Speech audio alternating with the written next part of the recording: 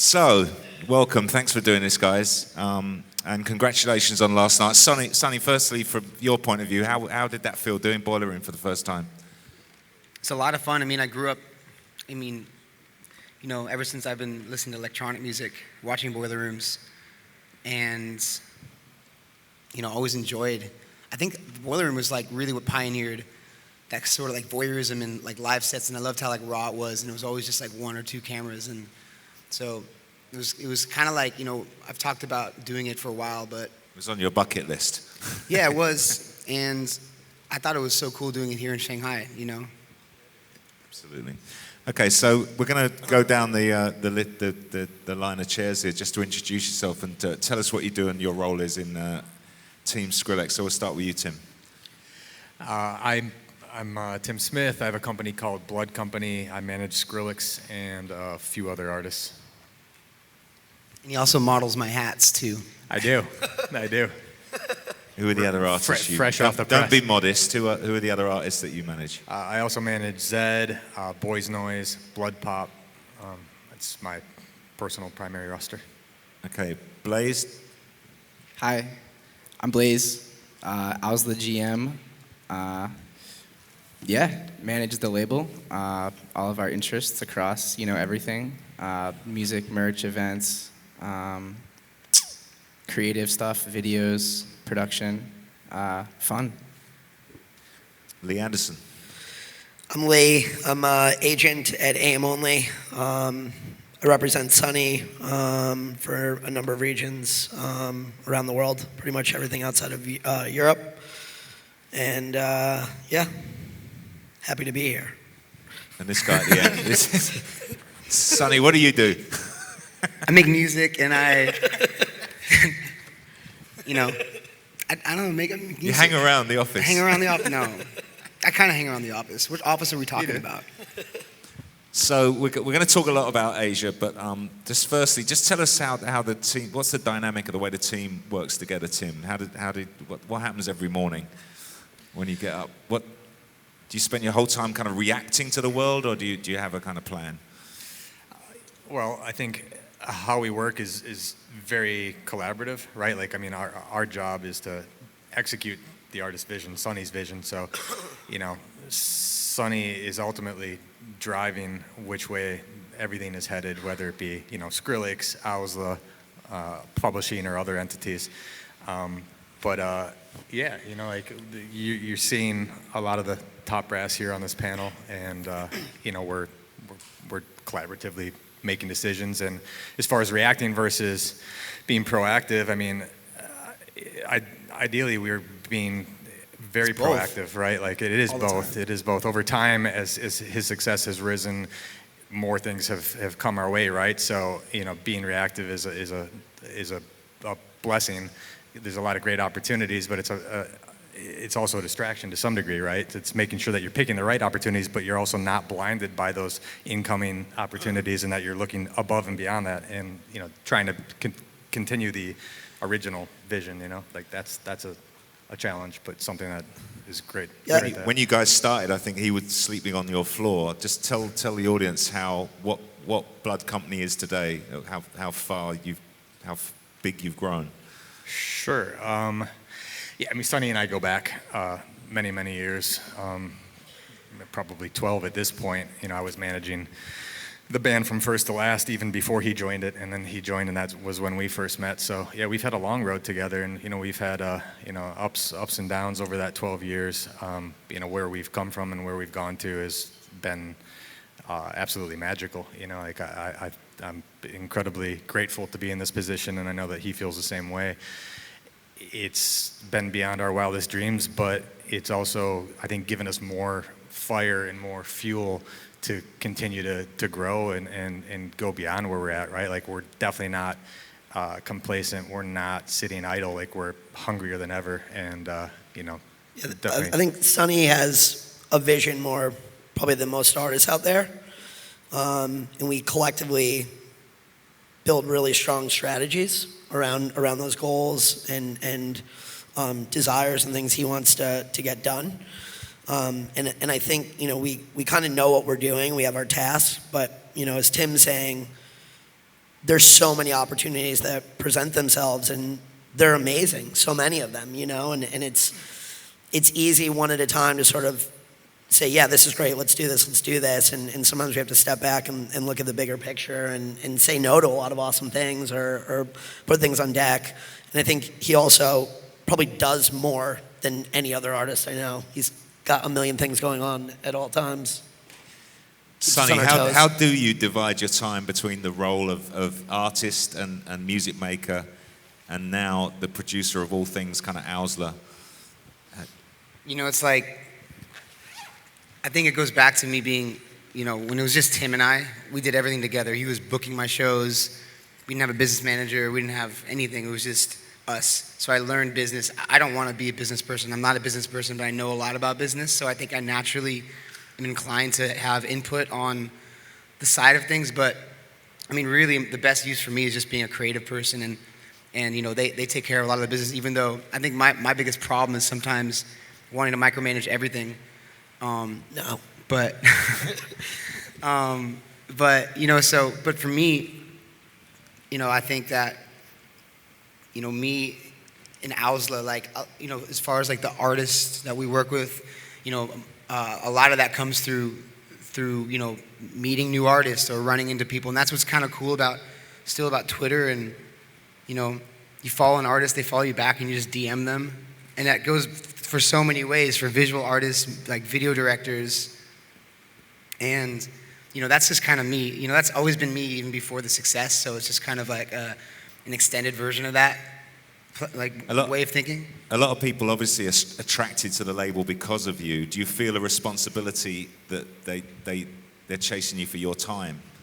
I don't know. I don't really, like if you got bullshit, I'm not going to listen to you. So, but are you talking about like artists? Or are you talking about people in general? Artists. Oh, whatever. If you're cool and your music's good, like I don't care if you're like 16-year-old kid in your bedroom or like been doing it for a long time or whoever you are, like come hang out. But sorry, what were we gonna say? Blaise, let's just bring you in. How's OWSLA evolved over the last 5 years since you started? Like crazy, man. It's been really cool, I started 8 months in. We had just broken like 20,000 likes on Facebook. We were, had put out maybe, 15 releases or so. There's a million ways that I could quantify the ways that we've grown, but that's kind of boring. For me, the most exciting part of it has been to watch the evolution of the brand, right? So, originally I think OWSLA was, always putting out amazing music and always working with great artists, but it's been really cool to sort of see us, colorize that in a way. Like, there wasn't, originally the brand was just a logo, right? And it was OWSLA. And now we've kind of brought that to life with different music videos and events. And it feels like OWSLA has a personality now and like a soul, like OWSLA has, there's tangible sort of, touch points and ways that you can relate to the label, interact with the label. So that's what's been really cool for me and really exciting. And not to mention working with the kind of people that we get to work with. Our whole company, our whole team, some of them sitting over there, some of my best friends in the world, and it's just been really cool, like watching, just continuing to meet new people and continuing to grow the team. It's just been a lot of fun. Your team is one of the most inspiring group of people that I've ever been around. Like whenever I'm in New York, and whenever I get the opportunity to, I'm out in LA. It's every month, 6 weeks. I'll just go in there for a day, and it's amazing. Like I leave there with so much energy. It's amazing. Before we move specifically to Asia, Sonny, just give us a bit of a vision of what's going on with The Nest and what you've created down there in Chinatown in LA. It's basically, we realized one day, shit, we don't have an office. It's so easy to, rely on. It's a bit Warhol-like, isn't it? I was in LA and Tim was living in Florida, and he would pop in and out, and he'd like stay in my loft that was literally like the size of this chair, and then we realized at one point, when we started, getting some success, like it's so easy to rely or to take for granted that, we have computers and texting but when you're in the same room, that's when the real shit happens, and that's when we realized like we need a place. And it was like, you know, all the music industries in Hollywood and you know, Beverly Hills or whatever, and we just said like, nah, like we're not in the music industry. That's not really our goal. Like let's just go to Chinatown where we're from in downtown LA and just create like a creative area where we can just create. That's what we do. Like the business shit is in the back. Like that's not even the point of anything.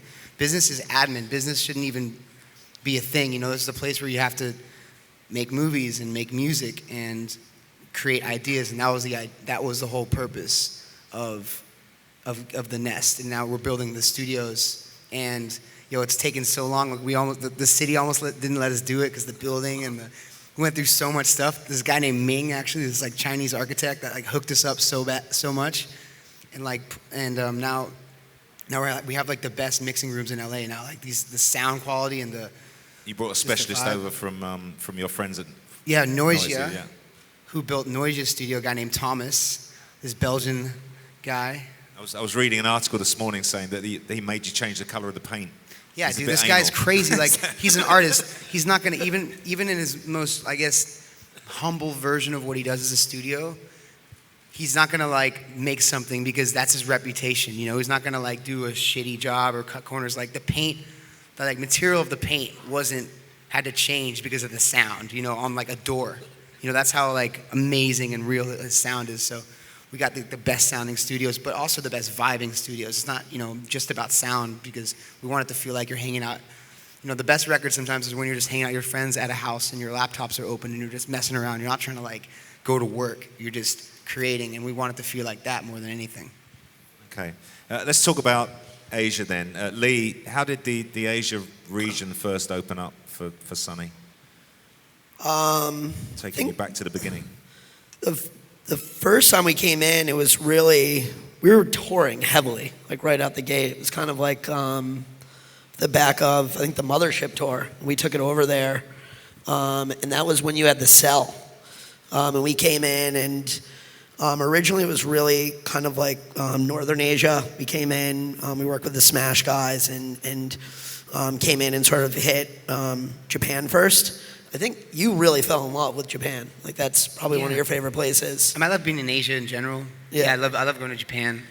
I think a lot of like for some reason a lot of Americans just love. I think everyone loves Japan in that way. It's like one of those places you just go and it's. But you know, yeah. Were you straight into festivals, or was it club shows? We started with some touring, and then from there moved into festivals. We've always, like with Sonny Everywhere, it's always been a really good balance of sort of like electronic-based stuff and then the multi-genre stuff. So, you know, do like an Ultra in Korea, but then also go do like Fuji Rock. You know, follow up Ultra Korea, do like Anson Valley Rock Fest.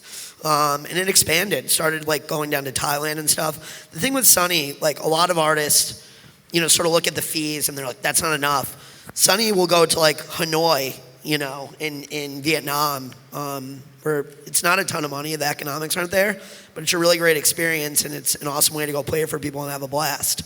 I've always like, with Sonny and his whole team, I've always sort of tried to like build adventures in. And I think Asia really provides that. There's a lot of like amazing stuff culturally and scenically and just everywhere, you know. What's so exciting too is like, a lot of our team, like it's Blaise's first time in Asia. And like, you know, someone told me a long time ago, this guy named Martin Dodd, who first signed me before I had any record deals. He's just kind of like this independent A&R, you know, who's like, he works with Max, he manages Max Martin and you know, signed a lot of other artists.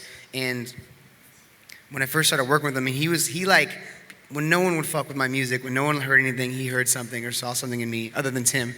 And he was like, yo, you should just go travel. This is when I left from First to Last, and I was like 18, just kind of idling, but still like working on stuff, like producing, and he's like, you should just go travel, go to Europe. Like, it's gonna be that moment where you're gonna be in a taxi cab, you're gonna hear a song, and that song's gonna inspire you, you're gonna like walk into a club or a cafe or something, and you're not gonna be calculating or trying to create, but that inspiration's gonna hit you. And so, you know, we took a little trip with our team. A lot of them, it was their first time coming to Japan as well, and Blaise. And we had no plans, and we just let the wind at our backs and whatever. And there's so many of those moments where, like, you know, and so I think it's important to travel. And like what Lee says, it's not about the fees or anything like that. Life is like, I don't even care about any of that stuff.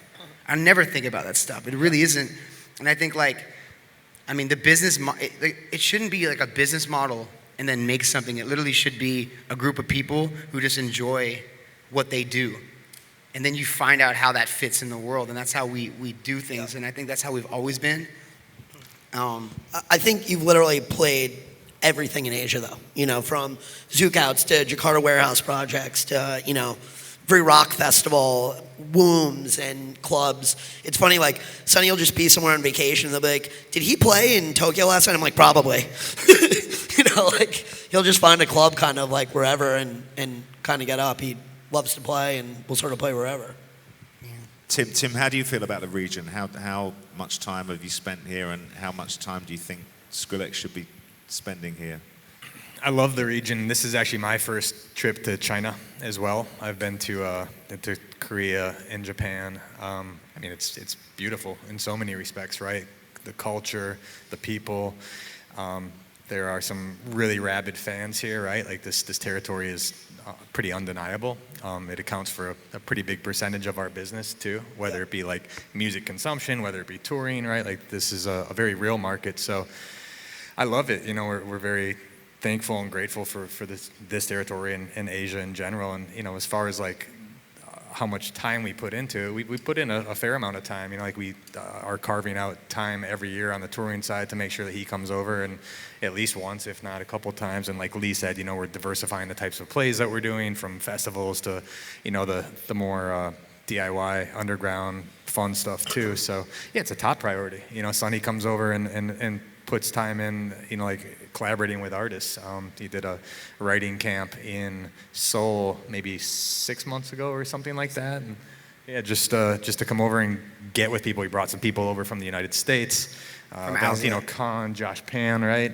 And collaborated with some Korean artists there. So yeah, we're big on the market and love it. But yo, for real, let's get like real talk though. Like, doesn't it kind of, Pete, I'm like curious, like it's blowing up so fast. And I'm talking about electronic music in general. You know, it's like blowing up so fast, and it feels like, excuse me, it feels like almost like frenzy right now. Like, what do you think? Does it feel at all when you're performing here? Does it remind you a little bit of 2011 US? No, it doesn't. I can't really compare it. I played Storm 2 years ago, or was it last year? I just remember looking out, and it was like so much advertisements, like from the main stage. And to be honest, like, you know, I was there for the fans. It was a great experience. You know, the fans were really happy, and I you know, put my onto my set. I just remember looking and just seeing like just towers and towers of just like festival production. Like it was like main stages of just advertisements everywhere. And I guess that's just a culture. It's different out here, you know. And it was just like, I'm just curious, like what your knowledge is on that and what you think about that stuff. Is that normal for China? We'll get on to brands. Well, no, I don't. Well, we'll. Yeah, I'm not sure. Yeah, no, I'm curious. But that, I haven't played Storm yet. I play on Sunday, so I'll let you know. Yeah. But Lee, how would you feel about hard ticket shows in Asia? And, Yeah, we do both. And actually bringing a standalone production. Hard tickets, merchandise has always been a really good business over here. Japan especially, the merch stuff is great. But yeah, we've always focused on a hard ticket business first. You know, I think that's sort of the core of it, and then sort of do the fun stuff on top of it.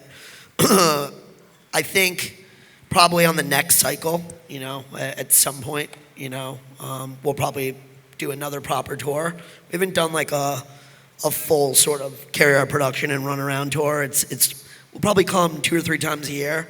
But it's usually like a few markets together, kind of bounce in and go out. But yeah, I mean, we've established a hard ticket business in I think every major city basically in the region. I saw Sonny when you played with Guns N' Roses. You actually went and found out like the biggest rock songs, what they were in Houston, which I thought was quite smart. Are you doing any special research for playing in Shanghai? Well, I didn't necessarily do that. I don't know where you got that information. I did that. Oh, How'd you know about that? I think You got sources? Well, I mean, I went out of my way. I just remixed all my favorite metal songs, and I think maybe some of my team just sent like some Shazam, like, oh, by the way, this is bigger, and I ended up not playing any of those because they were like not relevant to my set. But I mean, you know, there's definitely a lot of Korean music. I know I had like this. What was the Chinese song? It's a really famous old Chinese song that I had on my set yesterday. It's like old school. There's a bunch of different versions. What's it called again, Jazz? Yeah, the Shanghai Bund. But yeah, I mean, I like to go to different, like especially when I go to places like Brazil or Japan or Korea, or like exciting places that have music scenes. I'm always going out and experiencing them. When we were figuring out the boiler room last week, we were looking at some of the local people, and it was it's dope. I was like, hey, what do you think of this? And I hadn't even listened. We're playing the SoundClouds, and we were like fucking rocking out to it. Like, there's some really, really cool shit coming out of here. Yeah, no different than when, you grow up listening to music, whether it's like Napster back then or like Kazaa or MP3.com, just constantly listening to music, good music everywhere. You've talked a lot about obviously moving as a crew and like the kind of brainstorming and that's your inspiration of where you want to go and work and what you want to go and do. But what in terms of the challenges financially of this region, is it easy to come here for you and make money, Lee? I think we do okay. Yeah. No, I don't mean it as a loaded question. I mean, obviously, no, I'm just asking, in terms of... $11 billion a show. Yeah, No, because I mean, some people it's. I think you're seeing the fees rise. I think we always try to be pretty reasonable though with folks and not beat people up too badly, because it's like at the end of the day, the more we end up kind of charging ends up costing the consumers more money on a ticket, right? So we always are very, very conscious of pricing. We'll make less money to make sure that shows are affordable for folks. And this is where I hate the industry, because that's when like now it's like you have agent, then you have another artist agent, and then it's like there's so much to do with like profile and artists. Like that's why it's like festivals are great, but the politics in them are suck. And it's like it makes it you have the promoters who work so hard just to throw on these festivals. At one point they're music fans that want to just make money doing music stuff, and then it becomes so crazy. Like what you just said, you hit the nail on the head when you said it's all about the fans' ticket and what's it worth to see a show. When we do our own shows, reasonably priced, and and it's like we really think about that. We can still come out and make money and adjust the production in a way where it's still a good show, but we're not like we're so with everything that we sell on our own when it's up to us with the hard ticket shows, opposed to like a festival or a club where it's kind of already embedded. We really make sure the fan is not like overpriced, but I like doing our own stuff because I hate the fucking politics of the festivals and the billing and the arguing and the sizing. It's a waste of time. It's egomaniacs just pushing for no reason, people behaving like assholes, and they make the promoters' jobs difficult, and I fucking hate it. But then at the same time, you still want to play the festival. That's not specific to Asia, though. No, everywhere. No, it's everywhere, but that's why I like doing our stuff. But at the same time, fans. So there's people that can't afford these festivals and have a great time. So you want to play the festival, and that's why this is a weird conversation for me, because it's kind of half business, half OWSLA, half this and that. And that's when I just go away. But at the same time, it's like I know it. I'm not stupid. Like I used to book my own shows. We used to throw our own shows, and that's how we did it. And so it's a balance of both, really. You asked me a branding question, which I kind of swerved because it was a question I wanted to ask you. Yeah. But brands play. Swerve. I was brands play a major role, especially in kind of emerging markets like India. I guess my question wasn't. I didn't word it really right. I was like, is that normal in China to have an events brands like that? You just don't see that in America. Well, I think it's really, really important. And my question was going to be, is that normal in America, or is that right now the hype of EDM? You don't normally see that.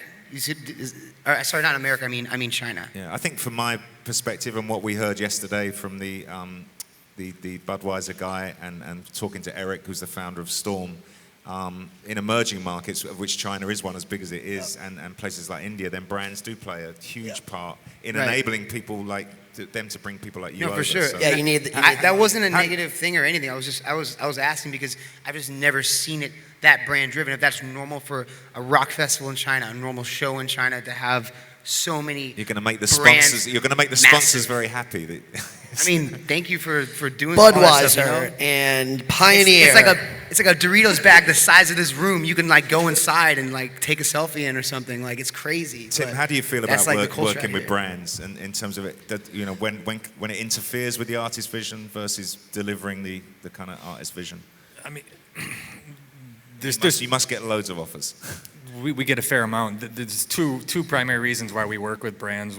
One is because we actually dig that brand, right? Like we're fans of the brand, we're users of the brand or the product. And then the other reason is because we believe that they can bring additional value to our team. Yeah, Creative. the experience, right? Like if say we're doing a festival, and if there's a brand that can come in and add an activation to the site, maybe some vibes, some just something to take the experience to the next level, to give the consumer a better experience, then we're down. You know, we're definitely not chasing brands, you know, from a financial point of view. Like it's all about, and that goes outside of brands. It's to the, you know, our philosophy in general. We work with Red Bull a lot. And Yeah. I was going to ask they're actually you, great. what's a good example for you guys of working with a brand? Red Bull partnership was Red amazing. Bull's a great Bull's one. amazing. Yeah. They make energy drinks. They sling that shit like crack, and then all of a sudden they put the money into all this like creative things. They send dudes to space. They like do the Red Bull Music Academy. You know, like he said, you know, they come in. They want to be transparent, and like with our tours, they'll build like water stuff and cell phone charging stations, and like, Yep. and they help me, you know, like financially, then creatively, they help me build some of my productions as well. You know, so it's like it's a team. You know, that's what we really seek at the end of the day. And it's people. Like, if we don't vibe together, I don't care how much money it's all about. Like, we're not going to get anywhere for me and for you. You know, and so that's what we look for. We look for the people and ideas, and if it's aligning with where we're going, that's really it. You know, when it comes to Exactly. our personal partnerships. I think It's you got to be guys- authentic, right? Like I think in everything we do, we strive to be authentic and genuine in what we're doing. So, you know, we want to fuck with, and it comes with the people too, right? It's not just the brand; it's the people behind the brand, right? Like, and that goes with everything as well. Like whether it be label people or touring promoters, whatever. It's about the people, and if we fuck with the people, that goes a long way. Have you got any long-term relationships with brands right now? Long term, not really. Lisa You know? Frank. But if you want to go, and if Sonny wants to go on tour in America, you know, hard ticket production or something, would you you look for a brand partner, or you consider No. taking on a brand? You would. Nah. Very rare. Yeah. If something presented itself and felt great, we're open-minded. But yeah, we're not chasing anything. Blaise, just on Asia, it feels like the label has kind of evolved through the time of, you know, you've lived on social media, your website, your portal, everything's been so important to the evolution of the label. How aware are you and switched on are you to the platforms in China? And have you had much interaction with them? This week we have, because it's hard to not use the rest of the other platforms. Did you download WeChat? I did download WeChat, and it's funny. I was having a talk with someone last night. I think with Mikkel over there from Boiler Room about what is it? Lee TV? Is that right? Yeah. How massive Streaming it is Right. monstrous, yeah. Yeah, I didn't realize. You know, some of the numbers with just the local platforms here are even bigger than outside of China. So, you know, I think, and you know, part of the reason that we're here too is to find out more about that, Yeah. right? So. It's really been eye-opening being here and seeing how, you know, you can really, I mean, just with the Boiler Room that we did last night, I think, you know, we got word that it was officially the highest streaming Boiler Room of all time. And I think a lot of that reason was obviously because of Sunny and because of the team, but I think also because of the Chinese market and the fact that, you know, it doesn't happen here very often. And it seems like everyone here is just very switched on. So best believe after we leave here, we're going to be tapping a lot more into these networks too. I was really excited. We like sushi, so it's like we want to. No, for real. I'm not kidding. Like, if you ask me why I like to travel in Asia, like, I like eating sushi. dim sum. No, for real. Like, I love dim Negitoro. sum. Shout out Negitoro. Like, You better that's like- the you better reason. like That's the Chinese reason food as why well. you do it. Like, John Lennon said he wrote songs because he wanted to get pussy, and I want to expand the Asian market so I can have more reasons to come to Japan and eat sushi. That's really why. That's it. When we got the Storm offer, I'd call them and I was like, I think it'd be really fun to go over there because there's so much happening in China and it's exploding. And just to the nature of restrictions of, social media and the way things are set up, I thought it would be really fun for everyone to come here. And I was really excited when we had the opportunity to do this. One, because I love to talk and get my photo taken. But two, because I knew that the entire label would really get to come, and see what's going on. And I think it's so eye-opening for everybody. I learn stuff every time I come here. You're probably learning a ton. You're learning a ton, I think these guys care. That's why we're over here. The biggest thing is Sonny or the label or whoever it is, they want to connect with people, right? Whether it's playing a show, whether it's releasing music, whether it's just meeting new folks. It's doing what makes you happy. It's really just, it's about where you want to be. It's where do you want to be? Where do you see yourself in your life? Or where would you just love to be? Some people want to go swim under the ocean and look at fish, and that's why they do it. It's not I need to make money, I'm gonna go swim under the ocean and look at some fish. That's where they want to be, and that's what that's what this comes from. It comes from wanting to create art and create music and just be that, and that's what it really comes down to. The business is, I was saying before, that's the afterthought.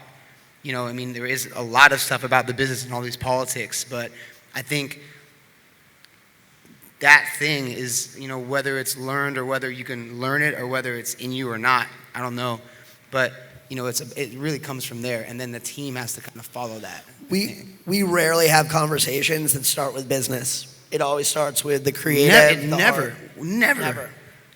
Tim and I do sometimes, but okay, well, but not really. We never do. It's always Yeah. I think Sonny would like this. I think this would be a good experience. Here's why. It never, ever, ever starts with the business. Which one of you says how much does it cost? how much does it cost? When he has a mad idea. Oh, We love never, dude. Yo, it's exactly. Yo, it's it's not about the ever. Yo. Ever. That goes back to what he was saying, Then right? it spirals, it spirals into something else. You just start a conversation and then you just have fun. It's can't be too serious. You can't take life too seriously. You just gotta have fun. You can't think about what people are gonna think. You can't think about, oh, it's gonna cost too much. You just gotta vibe out, and then it turns into something else. And then I think inspiration and art definitely leads the way for us, right? And we have faith that it will translate into something, right? Whether that is moving people emotionally, whether it translates into financial, gain at some point. But the motivation is purely art and creativity and adventure, right? That's where we start from, and that is enough if nothing else comes from what we do. If nothing else came from what we did back in 2010, it doesn't matter.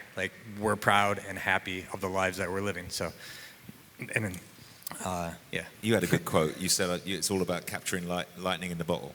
Did I say that? You did say was that me, as I well. think. Blaise. See, I've been reading up on you. That's not me. Which also brings us nicely to OWSLA, because you celebrated 5 years, which is congratulations, by the way. Round of applause for OWSLA's 5 years. Congratulations. Thank you, Lee. I was doing my homework on OWSLA last night. It's unbelievable what you've achieved in 5 years. Sonny, what was this philosophy, or what is the philosophy of OWSLA? The philosophy of OWSLA? Good question. There's so many different ways. For me, it's literally what OWSLA is. It's a brand, and what a brand is just a logo that represents the people in the minds behind a creation or a product or whatever. And that's all OWSLA is. OWSLA is just an emblem so they can identify, oh, those guys made that. Or those guys helped with this, or those guys put this on, or those guys were a part of this. That's all OWSLA is. And I think it's the people who make OWSLA, and it's a reflection upon us naturally gravitating towards each other because we like the same things. So I guess, is it the philosophy of OWSLA or is it the philosophy of us? I think us as people are creative people.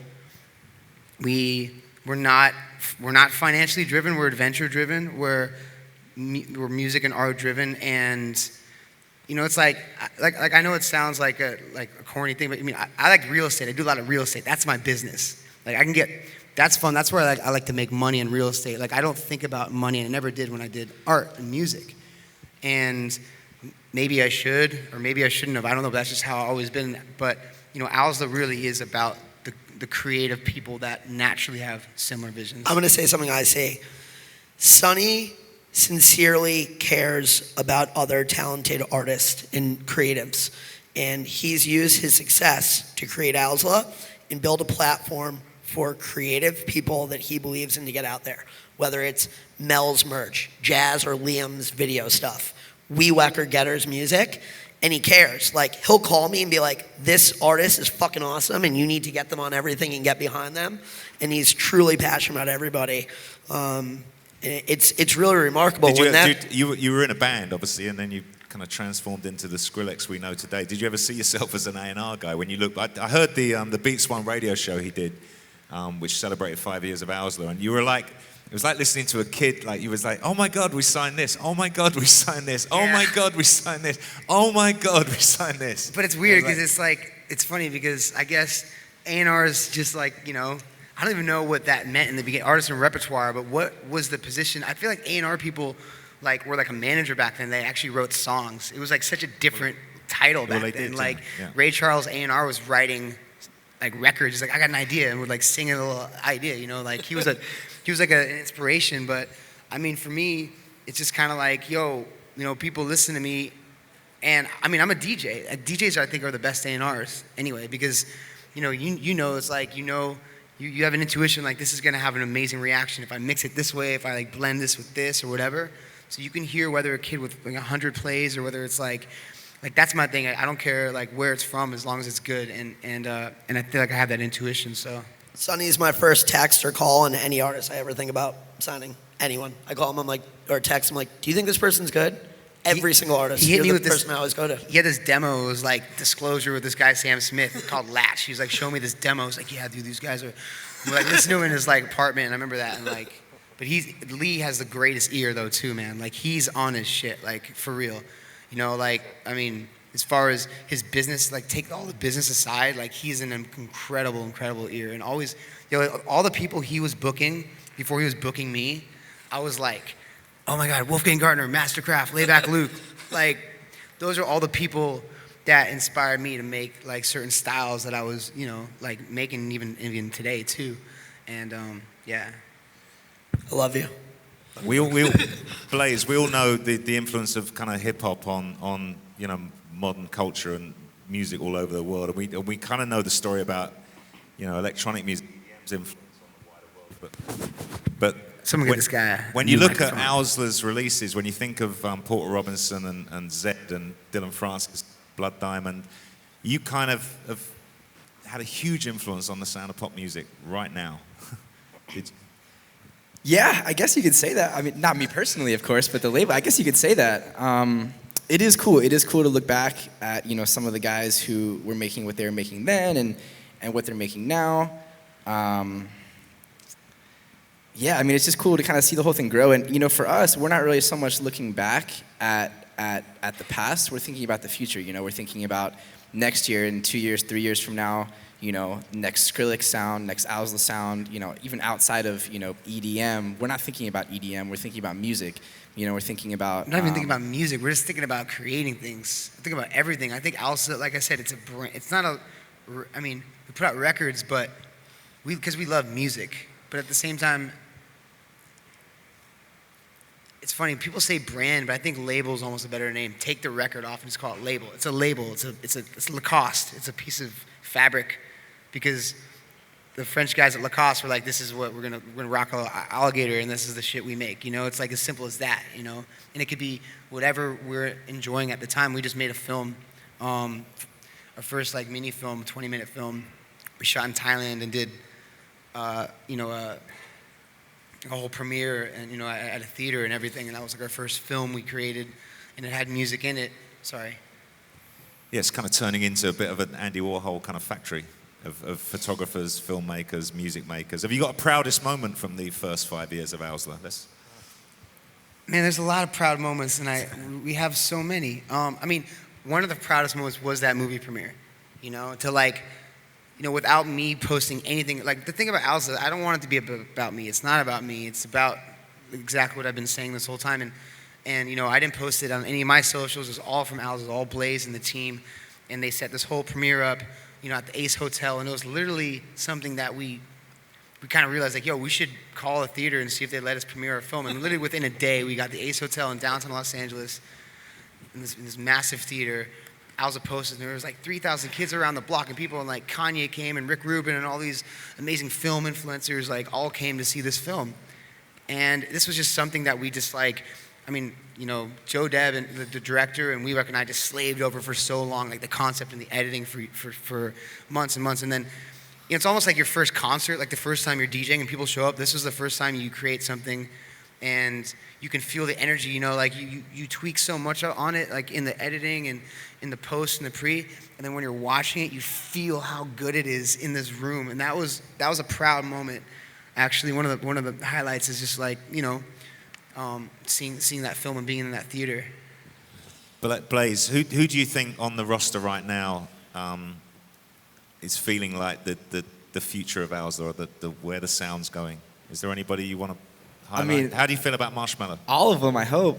Yeah, Marshmello, fuck. He's got this whole, talk about creating a world, right? That's what we look for in artists that we're signing, right? We're looking for, not only is your music great, and not only are you a great person, but are you taking it to the next level, and are you building a world around your music, right? Are you building a thing, like I was saying before with OWSLA, are you building a thing that people can touch and feel and relate to and buy into, not financially buy into, but rep it, And Marshmello, obviously, he's got, his whole outfit, and, we see people everywhere now with, making their own heads. He's so fun. He's just like a fun, he's like, his music is just fun, like, it's just like, and he's a really talented guy, he's like, makes songs in 5 minutes. I've seen him make a song.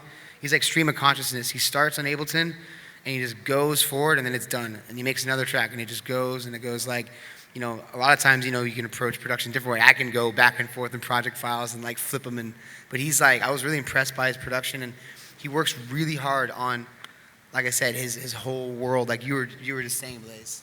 It felt like a bit of a turning point for OWSLA, because most acts aren't that well known before they sign to you. He kind of was well known before he was signed to you, and everyone wanted to sign him. So you but it's kind weird of that turning into a bit of an. I'll tell you though, we were on that shit before, and we were talking to him for a long time. It's like, it wasn't like, we never really announced to like we signed, but like we've been working with him for a while, like, or talking, about working with him and known him for a long time. And I've been on him since he had like 100 SoundCloud, like I'm like, and right away I was like, You broke Marshmello.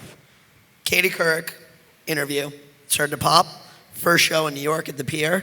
That's not taken away from him. He's amazing. He's done it himself. But you absolutely broke Marshmello at the beginning. That was funny. Yeah, I was on this Katie Couric interview, and he called. I'm like, because we were talking about similar stuff. Like, oh, Marshmello, this new producer, and then like put him on the show. But he called you during the interview, right? Yeah, he called accidentally. My phone was on. I should have turned it off, but maybe not. So many more questions to get through, and I know we're going to have some questions from the audience. Quickly, Blaise, Tim, on OWSLA, and Lee, how do you separate now what Sonny's doing live and rolling out the OWSLA brand live? Blaise cares a lot about events. He yells at me all the time, like if he thinks I'm not paying attention to the details, I'm just putting stuff up. But that's why, it's quality, he cares. I come from doing events, right? Before I knew these guys, when I was 13, I was throwing like my birthday party. Me and Sonny were just talking to my mom the other weekend about when I was a little kid, and I used to throw parties at the neighborhood clubhouse, and kids would get like arrested in the pool and shit. That's, for me, that's the most exciting part of it, right? Because that's the most physical manifestation of what you're doing. Whether we're in India or here in China, being at these things and having fans come up to us and talk about how much what we're doing influences them, and seeing them at the shows reacting, it's such a different world from like, okay, yeah, we got a bunch of streams online, that's a number on a page, but being at these events, that's the real shit, So of course that's what I care the most about. And for OWSLA, it's so important that we're so careful with how we're building it, right? Because it's so easy now, this EDM factory, these shows, and it's so easy to just like put a guy on a bill and do some tickets and do it at a club. But we, every single show, Lee will tell you, every single 300 cap club, I'm in there with my checklist. Do we have this? Oh, he's up my ass. Do we have pizza for the fans at the end of the night? It's so easy for things right, like, it's like when you used to throw like, here's the problem. When you get more success, maybe Boiler Room can even, like knows what this is like when we first started throwing shows, like there was no security around. No one gave a shit who I was. No one gave a shit who he was. So the vibe was so natural. You walk in, and no one cared. It was just so natural. But then you reach some status, and all of a sudden everything changes. Then there's this is added, and there's security guards, and there's blah blah blah, and this and that. And we just want to like go back to the simplicity, and that's what's really hard. That's the most difficult part about throwing events is that not overdoing it and just like going back to what it is. And you know, we're so when we go on tour, we bring this company, the one where we like prep the security. What's it called again? Connor. Berkowitz. Yep. CID. Oh, CID. And there's this like company that like we employ that basically all they do is they're like vibe people, right? So like they help, like we have like Skrillex, like rather than saying like security, we have like, we're here to help. We have people that, make sure, like we have people that run out and like take Polaroids of people and we spend a lot of money on it. They clean the bathrooms. Exactly. They Pick up hand trash. waters out. They make sure the vibe Rather is when just you're good. coming in, instead of like getting patted down, they're like, hey, how are you? Welcome. I mean, They spend a provide lot of customer money on it. service It's too, right? awesome. It's like that's important, man. It's like, sorry. Well, I was just going to say what I think is really cool when you guys have the events is there's a real authentic camaraderie and pride for the artists that are on the label, and they love being there together. There's always like so many back-to-backs. Everyone shows up. Everyone's always down. Like whenever it's a stage at a festival, party, whatever it is, everyone's always down to play. I mean, let's talk about Ultra Music Festival this year in Miami, and how 2 months before we're in Miami, literally me and Sonny going to do a walkthrough at the site with the dude. Like, no, we should hang some string lights. Like redesigning and they're I mean, bless them, they were so great about it. They were so supportive. Shout out Ultra, but I think at first they're kind of looking at us sideways, like, yo. We talking about lights right now? Like we talking about this is Ultra, and you come in here. We're talking about hanging string lights from the trees. Like that's what's important to you guys. We're like, yeah, that is what's important. That's what we like. We want to feel like a backyard, Yes. Just one more back to Asia again. You come from a streaming background. That's right. Have you done many deals, Asia-centric deals yet to get OWSLA music legally online in China? Not yet. I mean, we're distributed globally through Warner ADA. But again, that's part of the reason that we're here, making inroads. Dude, we got any deals? Hit up Blaise James. Holler at me on WeChat. Holler at me on WeChat, Lee TV, whatever.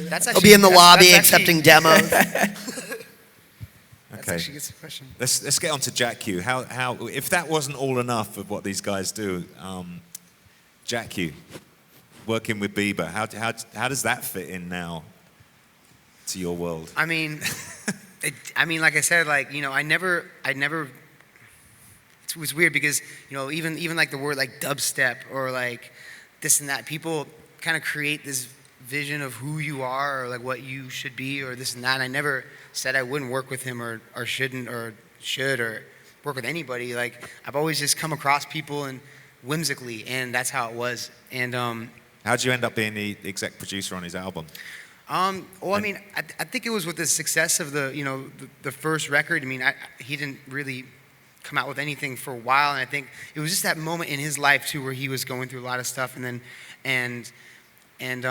met with Scooter, and then just really helped shape the record, brought Blood Pop on. Who basically was discovered pretty much on your label. Yeah, and now he's just finished the Gaga record with Mark Ronson, and did the Madonna record, and doing the Vampire. He's doing so much stuff now. He's one of those talented kids, but yeah, I mean, I guess it's just it was the right place and the right time. We matched. It was just like things match, And I think the success of the record, and I think the quality of the record is the fact that nothing was being forced and it wasn't over A&R'd. It was just me, I would listen to all the songs that were coming through and the productions and going through with them. We're like, this is dope. This is not dope. This is cool, and it was just like me just being honest and chill, and it wasn't like 1,000 people. That was cool about working with Scooter and Justin. We didn't have 50 A&R people in the room tug of war. It was just us, what does this record got to sound like? So Jack Q's killing it. You as a producer's killing it. Blood Diamond's killing it. Skrillex is killing it. When you get up in the morning, do you ever feel a bit schizophrenic about who you're going to be? No, it's like the craziest thing is it's just keeping up with communication. That's the hardest thing. I wish I was just telepathic so I can just send. I can't. I have so many physical things I have to do. I can't check all the texts. There's a lot of important texts. That's hard. That's the hardest thing for me, is just like keeping up with emails and texts. Other than that, I can do it. I know you sincerely like us, but you hate us when we're chasing you down. Looking ahead. I just Looking ahead, say for the next 2 years, do you have to carve out Jack Q time? Do you have to carve out? You must have everyone asking you to produce their next record. like I don't. It's just about like, I don't do the. There's been some projects where I asked to come on, and it wasn't like there was no personal feeling. It wasn't inspiring. If I'm not inspired by the people or the thing, I'm not going to do it. It's not about like, and I think, we've never really been strategic about me as a producer. Like, okay, so now we have to hit these people up and get on these records. Or we wasn't strategic with Justin Bieber. We're at a club. And we're like, me and Wes were like, we're making records right now. You have anything you can send us? Like, yeah. So he sent us this like old demo that was like, it wasn't, Where Are You Now wasn't even the chorus. It was just a piece of the verse, like. Who's the most ridiculous person that's asked to have Sonny produce his record? That maybe shouldn't have done, that you could say publicly. No comment. Okay. No, I mean, a lot of interesting people come our way. Okay. But like he said, it's about the. I did a session with vibe. Toto once, and that was sick. It was me, Whatso, not in Toto. The whole band. Sorry, it's a true story. What it feels like there's kind of a lovely creative empire building now, especially with the stepping into film. Tell us about how you're feeling about fashion, because kind of from the merch labels almost like rolled into a fashion brand. Now I saw you doing something with Alexander Wang. Well, the thing is, like, I've never been into like the fashion culture of like high fashion culturally. I enjoy it, and I think it's art. It's beautiful. Like when you go to a fashion show, you realize this whole thing is like, we have shows every night. We DJ, we put out records. Like that's like Alexander Wang's one night where like he's celebrated as the artist. When they run down the runway, that night is like celebrating the artist, and I really respect it. But it's never been my culture. I've always been like a skater and a punk kid. So like, we're into fashion, but like right now, it's kind of like we're making clothes that we wear. Like this is a shirt we made. It's a blanket we made, but like we just make the clothes that we want to wear, and. Do you look at what Kanye's doing and Rihanna, those kind of associations? Would you entertain doing something like that?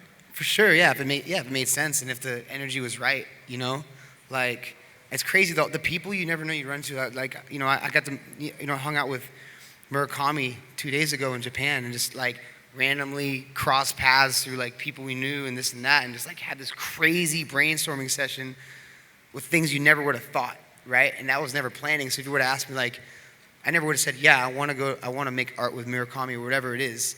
It's the same with fashion, the same with anything else. Like, I think a big part of the fashion side of OWSLA is Melissa, and who's Melissa Gross, and then Marilyn Hugh, who's also in the audience right now. Just being friends, like we work together. I was actually buying T-shirts Marilyn was designing, like through like brands like Pink Dolphin, and then like she hit me up one day like, by the way, you're wearing my T-shirts. I'm like, these are sick designs. You want to design some stuff for me? And then like I remember like 4 years ago I was playing a Halloween show, and Mel, through somebody else, like we were making costumes, and she was like gluing stuff on costumes and like helped us get fabric. And she's like, yeah, I have some access to like fabric warehouses, and then so like we naturally just like, let's start making clothes that we want to wear. And that's how it started with that side, and we're just friends. We were actually all just friends first, too. You're kind of following in the Odd Future OVO footsteps. You got your pop-up shop now, right? Yes. Which is not closing down yet, you're keeping it. Yeah. It's so awesome, man. It's another milestone everything made in the neighborhood, right? It's an old gas station, abandoned gas station. And when they brought this to me, I was like, I did not get it at all. We knew we wanted to do a pop-up shop, right? That was like an idea. We did one in a place called The Well, in another person's store last year in December, and it was super fun, super successful. And they were like, we wanted to do another one, and they found this abandoned gas station, and I was like, I did not get it. And then like, I gave them the keys to the Lamborghini, and they just bodied the whole thing. They killed it.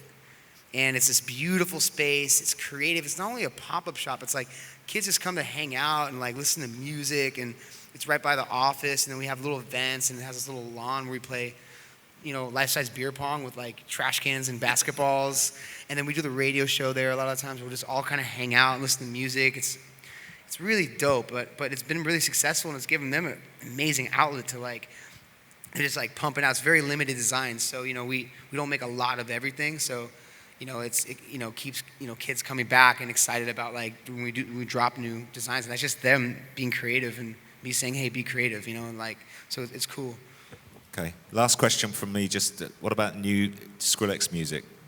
What's next, or is that top secret? I never talk about that. I don't like hyping. Like. It'll just come. It'll come. It'll come when it comes. Okay. Yeah.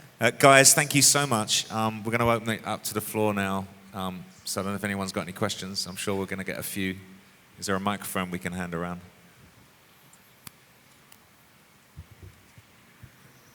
Hi, I'm Riel. I'm from Canada, but I live here. I know you in said Canada? you don't. Toronto.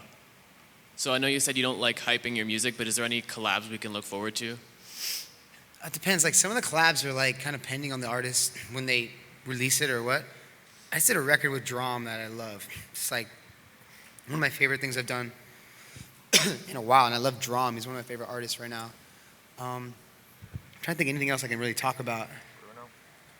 But like, yeah, Drum record's pretty cool. I hope he gets his A&R and we can release it soon. Jazz knows all my music. He has like the master list. I wish I had juicier answers for you. Just really quick, this guy has some crazy music. Can we have like 2 minutes after to show you some stuff? Yeah, I have to leave after this, but you have like a thing you can give me? I'll listen to it. Yeah, like I have an audio on my phone. But you have to put on. You gotta upload that because I can't like. I have to leave. Unfortunately, I want to, but. Anybody in here wants to holler at us, they can email promos@owsla.com. Yeah, we'll listen to it. But if you have like a physical thing or like write down an email, we'll check it out, or SoundCloud link. I swear. Sorry. Let's do that. Yeah. We'll do that after, on the way, when they're on the way out. We got another question over here? Yeah. Thanks, guys. Hey guys, I'm Robert Zhang. I lead partnerships and sponsorships for Anheuser-Busch InBev. I was actually I was actually the Budweiser guy from yesterday. So no, it's a quick question for you guys. From your perspective, how can brands work better with you? Like, what's the ideal for you guys? Well, like I said, it wasn't any disrespect. It was just I was asking, is this normal in China? Because I've never seen anything like it before, right? But I guess it's also a different culture, right? China's different than LA. I think in LA it wouldn't work, but here if it does work, it's kind of like it's a conversation, I think my experience in seeing stuff with brands, sometimes the brands are really pushy. Like they'll say, hey, no, this is what we're gonna do, and then all of a sudden it's sort of a bait and switch, and they can be a little bit aggressive and trying to like push their agenda a little too hard on the artist. And I think it's always got to be like a collaborative effort. Listen more. That's the thing, right? Like if you're a brand and you want to work with us, I'm assuming that's because you know that we are the voice that you're going to tap into to reach our audience, right? You're trying to reach our audience. So let us do our thing, Like if you're whoever you are, but not Budweiser in particular, but whoever, so many people we work with and they're like, oh yeah, we want to partner, but like, no, we want to do it our way. Well and I'm said. like, okay, but you want to Kids reach our won't connect fans, if you so do you it got to that talk way. our language, Let us do it our way, and kids can smell bullshit. Sonny always says kids can smell bullshit, and it has to be authentic, So if you want to tap into our audience, let us do the talking. I think being tasteful and not pushy with it too, right? Like, a lot of times brands will have their minimum asks in there, usually a lot more than we're comfortable with, but like, it can be counterproductive if you're pushing too much, right? Like you don't want to look like you're desperate. You want it to look and appear the way that it actually should be, which is natural and organic, right? Like, so I think, he said collaborative, like it should be a collaboration and both parties. And that's just for us, though. It doesn't mean other artists can't have the Budweiser mega stage, and that works for them. For sure. Like I'm not like, and that's real talk. I've actually always had really good experience working with AB and Bev and Same. everything. I think, you guys are actually great. Question over the back there. Yeah. All right. Thanks for the time. My name is Steven. I'm with a program called DeAngelo, Blaise. I'm looking at you. We do music streaming out here, but that's not actually relevant to the question that I have. It was more actually right on topic with what you were talking about with the brands, and I just kind of wanted to get a perspective on your values with it, because I know what you guys were saying was, Obviously true school people, they don't want to have so much brands in their face because it's all about the music, it's all about the love, and that's where this all starts, and the creativity and all that kind of stuff, right? So, but then at the same time, you're talking about, okay, we're all about our people that come. We're all about, our audience and all of that, right? So, you want to be able to keep the tickets at a reasonable price and these kinds of things. And so then just to the point of emerging markets, right? You get a ticket for Coachella or something like that, and it's, hundreds of dollars. You get a ticket to Storm, biggest thing that's happening in China at least, and it's like $70, right? So, where do you see the balance there? Like, at a what's most important, I guess, or like at what level? Like, where's the line of like, okay, this is too expensive, or this is too you just can't walk into that, it depends like where you are, right? It depends where the region is. Maybe that question was for Blaise, but elasticity of pricing. What is a consumer willing to pay that they're comfortable It depends with? on, as an artist, how you want to represent yourself. Good agent right? answer. It's a personal thing. It's happiness for me, and I know it sounds like hippie, but like, great. If I'm doing Coachella, doing something else, that's on their terms. But if I'm doing on my terms, I'm going to find a way to make it work on my terms. And you go and do Burning Man as well. Yeah, Burning Man. You spend money to go to Burning Man, but like, that's just an experience. But I mean, and it depends on the market. Like, I just don't want to create, like, for me, because I guess the music I make and the kind of fans I have, I'm those kids, and I remember walking into certain things and being like, what's going on here? Like, seeing all these things, and maybe some people don't care about that, right? So I'm not saying our way is the right way. To the contrary, If your ticket sales are bad, you probably charge too much. But check it out. Look at it. But then again, we can bring in great artists like yourself, and so again, it's about the balance, I guess. Yeah, I mean, it's the balance. Like I said, Storm, it works, and like, it kicks ass. It's all balance. Love you, Budweiser. Thank you. Just kidding. There's I don't drink beer. One down the middle here. Hi, I'm Spencer. I'm from a platform called Pyro Music. We're a streaming platform here, first one for electronic music in China. So I'd like to talk to Blaise afterwards about some licensing stuff. But my question is to the management, how are you guys operating your social media stuff and your promotions here in China? Have you got any setup going on right now? No, actually, that's a great question, because that's one of the things I'm hoping to develop more as we're here this weekend. So if you've got, compelling proposals, get at me, let's talk. Yeah, we do. We have a side project as well called Groove Dynasty. We look after a lot of the top 100 DJs, so that's something we can talk about afterwards. At the same time, we try to keep it pretty close to the vest. We definitely aren't one of those companies that hires, kind of third-party people. It's funny, a lot of people ask me too. Artist managers will hit me up like, yo, like, what company are you guys using to buy your likes or what? And I'm like, what? We never do that shit. For us, it's content, right? We don't really think about advertising strategies or media plans. I mean, we do to an extent, but we think about making good stuff that you want to share with your friends, right? That's our standard. Would I watch this? We're consumers of music. We're kids at heart, we watch stuff constantly. That's our standard. If we make great content and if it makes you want to show your friend, then I don't care what country you're in. I don't care if you're behind a VPN or a firewall, it'll find its way to you. Sure, but I think China is a very unique market in the fact there's a language barrier and there's obviously a firewall. So I think it's basically the only place in the world where there has to be a whole separate social network for people to operate, and it's very difficult for the original artists because they already have 4 or 5 social networks they've got to run and operate. To add then another 4 or 5 in a totally different language, in a totally market which they don't actually have any kind of real connection with, it's very difficult to do on your own, basically. It's true. I mean, I hope to come back here a lot more and be able to kind of water that plant, ourselves personally, come back here and grow those things the way that we have in the U.S. So this is just the beginning. That was a big piece of doing the Boiler Room here as well. Shout out Boiler Room. Question down the front here, I think. Is it?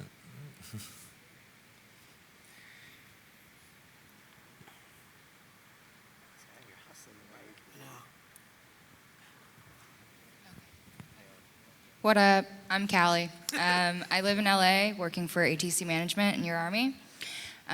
Question for Sunny. How do you feel about a collaboration for a Burning Man art car? Say that again, sorry. How do you feel about a collaboration for a Burning Man art car? I thought about art cars, but there's so many, and that Mayan warrior is so sick. and probably costs a lot of money. And I'm like, I can't, like if I want to do it, if I want to do something, I want to be the best at it. So I'd have to probably get a lot of money and beat the Mayan Warrior, because that thing is so sick, and the sound on it is so dope. And they have, who's the DJ crew that like plays on there, like the whole, all the sets are on there, and obviously like Robot Heart. And all Robot this. Heart. Let's get Budweiser to pay for the art car. I bet I can cut the deal on stage right now. Let me show you how I get down. That's a deal that's going down. So you're saying that if I can get funding for it, then you'd be open to it? No. It's about like the culture behind it, right? Yeah, and like, absolutely. Like, but are you making an art car? You trying to make one? I am definitely very interested. A good buddy of mine, Neil Rahman, actually just started working for your team. Him and I have some plans in the works, so we would love to get in touch somehow. something. I'd love to see what you're thinking of. That's exciting. I mean, absolutely. hell yeah. Thanks. Yeah, for sure. Awesome. Yeah, this one here. Hi, I'm Rob. I'm not going to say my publication name because it has nothing to do with this question. Nothing to do with business at all. You were talking about Murakami in Tokyo. And of course, there's two Murakamis, Haruki, the novelist, and Takashi, the visual artist. Takashi. Yeah, I assumed you were talking about Takashi. Any possibility you could make some visual art with him? His art is crazy, so add you to that. We're like coming up with, I mean, I don't want to jinx it or anything. It's super just casual fun, but we like came up with this. We're coming up with this this other company called Future Wife. We're coming up with this installation idea, and it's like sound and stuff, and it kind of revolves around his art, and yeah. But we're just kind of brainstorming. It could be really really sick. Side note: my wife has read every Murakami book, the other one. Just so you're all tidbit. Thanks, Lee. Boiler room question coming. Hey, my name is Mikhail. Don't want to sell you anything. One question. Go ahead. One question, because a lot of the things that you were saying and a lot of the festivals you've mentioned, there's a lot of money behind that, but you have a global audience that has a lot of fans in countries where there's probably no promoter, no club that will ever be able to afford any of the logistic needed to get one of your shows over. How do you guys, because I know that you're really, really, grassroots, how do you tackle that? How do you go into countries and, let's say Macedonia, where Yeah. I mean, monthly salary is 300 euros. My production is super flexible and nimble. So like we go to those places. We go to Hanoi. We go to like South Africa, and I play in like a township on like a set. Like that's the PA, Like, and I don't get paid anything for that. So it depends, Like I like to spread music, I really do. And I think some other artists are different, but I think even when you go to Coachella, I believe like. At least when you're walking, it's an experience, right? We're talking over Hugh's transparency. It feels pretty transparent out there. You're not like, it doesn't, and I think there's a lot of ways you can work with brands in partnerships and be transparent. And at the end of the day, if the brand is offering something creative and dope, like Red Bull is a great example, is because they really are like doing things in the team. You don't really care. It's all of a sudden like Red Bull could be right there. It's like Red Bull Notting Hill Carnival or Red Bull, here and there. And people know the intentions and they see it. It's tangible. So that's when I think it works. And maybe all brands can grow that way. At the end of the day, it's about the vibe. It's not about how much you spent on the stage or the lights or any element of the production. I mean, Mikhail, you know that better than anyone, right? With the boiler room stuff that we did, it's so simple. It's lights, it's a couple cameras, it's a small room, and at the end of the day, it's the people. Everyone in there, the energy, and that's so malleable because you can do that anywhere. We do that in our bedrooms, like at the end of the day, you can strip it back, infinitely as long as you still have the person making the music, caring about the fans, and the fans there supporting it and the connection. It could literally be anywhere on any piece of equipment in any country for any price. That's at the end of the day, that's what's important. Sounds crazy now, but even back in like the early 90s, I think it was Ballantyne's did a concept which was Big DJ Small Club, and they bought a lot of the big people like Carl Cox, Sasha, John Digweed, Tiesto, and we just went and played. I always remember the tour was in Canada, and we all got to play in like 500 capacity rooms. That's awesome. It was a brilliant way of being introduced to the country. I mean, it's obviously so normal to do it now, but it wasn't back then. That was a kind of new frontier. So that would be the way of going into Vietnam and some of these other places. Like what Cascade does with the Redux stuff is really cool. I think he played Sankey's this week or something, but It's weird. I feel like now it's catching on though. And I do believe DJs are kind of paving this culture of the word underplay, the business version. But you know, like I see a lot of artists like Rolling Stones are doing small shows like at Echoplex or like Foo Fighters and all these bands I'm seeing. It's happening more and more and more. But I think like DJs have always been inclined, you know, like to you know, a lot of times you see bands like once they get to a stage, a headlining main stage, they don't want to go anywhere else because of their profile. And I think that's been like an industry standard for a long time. And I think we're kind of breaking that mold now, you know. Metallica played Webster Hall 2 nights ago. Really? Yeah. That's sick. That has actually been that's kind of where some of the EDM kind of stars have got stuck because the production drove the show, and they're on those big main stages, and they're at the Tomorrowland's main stage, and it's hard for them to go back to do what you did last night. All those shows are different too, Yeah, right? Like yeah. the vibe is different, the crowd is different, the sets are usually adapted to the environment too, so those are different. Like I think you're selling yourself short and you're selling the audience short if you're only stuck in one dimension, right? Like, But if you only can do that, it says something about the artist because True. it shouldn't be about that. I mean, maybe some artists are only about that and that's their thing, right? But if it's a crutch rather than like a purposeful thing, like, you know, like Daft Punk, their vision is to come out with a pyramid for that record and that was it, you know, and that was like their thing. But if it's like a crutch, like, oh, we only can do this because then I think that just says something about what the artist does, you know what I mean? For sure. It's hard to connect with people when you're on a giant stage and they're 100 yards from you, you know? It's much harder. It's a lot harder. Yep. But really fun, and I'm actually stoked to play Storm. It's gonna be. It's not a Storm Shit Talk Fest, by the way. I had a lot of fun last year. I'm stoked. But I bring cameras so you can see me, and I'm like waving on the screens. Yeah, you play the big festivals, but you know, no matter how big the stage, you always take the time during the set to come down. We're not from leaving, the booth Pete. and We're walk staying out here. there. Time's not up. That's okay. all right. I'm not going anywhere. Passing on all main stage slots now, Blaise. You know, we'll see. We'll see. DJ BJ over here, Blaise James. We should just bring the turntables in here. We'll just start. I We'll know. extend your radio show. You're good at that, by the way. You should do more radio.